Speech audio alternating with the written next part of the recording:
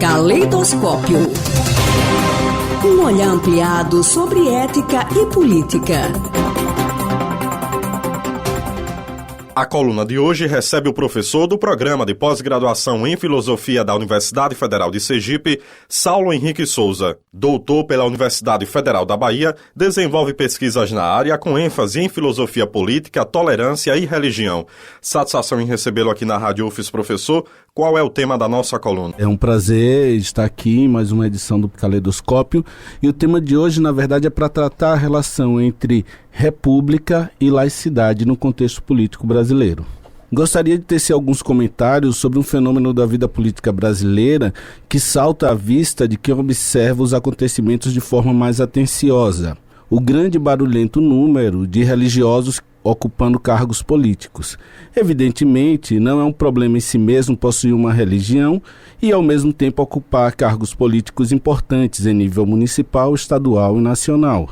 Porém, no caso brasileiro, sabemos que muitas das decisões e posições que vêm sendo assumidas por nossos representantes possuem orientação de cunho religioso, como uma espécie de doutrinação religiosa da vida política. Podemos perceber essa espécie de orientação em diversas questões que polemizam diretamente com dogmas religiosos e que têm sido resolvidas sem levar em conta a esfera da política em um Estado laico ou mesmo desprezando qualquer posição científica acerca do tema em questão. São exemplos dessas polêmicas as discussões sobre o aborto, o debate sobre o problema de gênero nas escolas, a união civil homoafetiva e até mesmo alterações de concursos e seleções públicas motivadas pela cobrança de candidatos e candidatas de religiões sabáticas, aquelas religiões que consideram o sábado um dia sagrado, como tem ocorrido com o Enem desde 2017. Quem assistiu à votação na Câmara dos Deputados para a cassação do mandato da presidenta Dilma Rousseff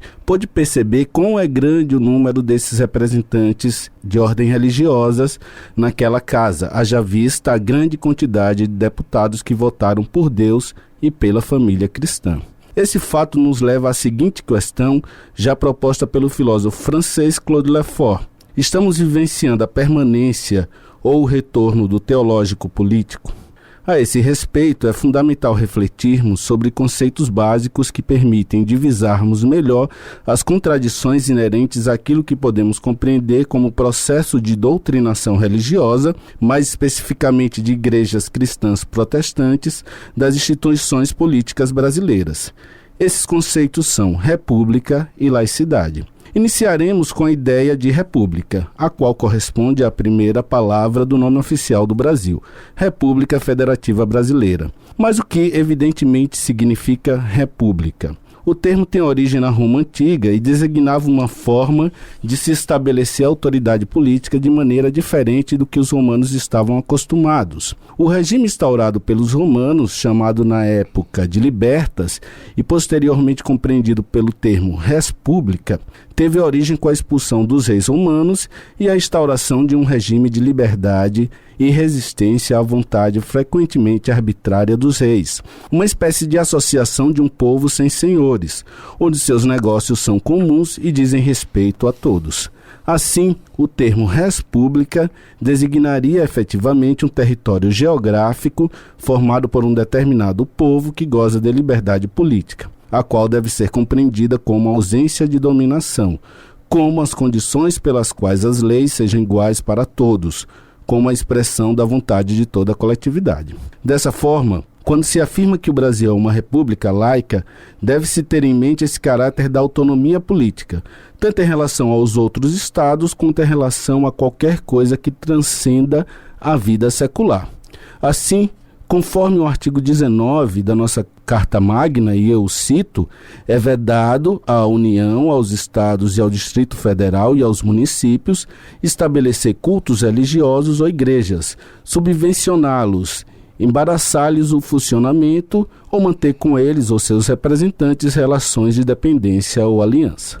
Bom, como podemos perceber, ao estabelecer o princípio da laicidade de forma constitucional, Apesar de todas as ambiguidades existentes na Constituição, como a evocação a Deus que aparece no preâmbulo da Constituição de 1988. Em geral, o artigo 19 assegura a ideia de um Estado laico ou secular. O laicismo compreende o princípio da autonomia das atividades humanas.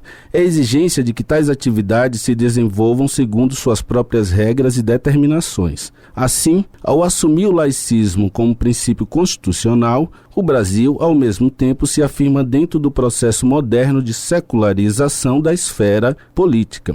A esse respeito, o filósofo italiano Giacomo Marramal, em uma obra intitulada Céu e Terra, esclarece o seguinte: o início das sociedades civis e as causas da existência de um poder político são derivados de interesses temporais, que não possuem relação direta com aqueles da religião. Assim, o poder político e a autoridade religiosa possuem esferas distintas de atuação. A religião fica confinada à esfera privada e a autoridade política deve cuidar dos assuntos civis ou mundanos. Dessa forma, ao fazer da política um espaço de disputa de influência das diversas igrejas cristãs, não somente a laicidade, princípio constitucional fundamental, é transformada em letra morta, quanto a própria ideia de tolerância e liberdade de crença religiosa ficam comprometidas, haja vista que as demais religiões, como aquelas de raiz africana, cultos tradicionais dos índios brasileiros e outras denominações religiosas, ficam de certa forma marginalizadas frente ao poder político crescente das igrejas mais tradicionais.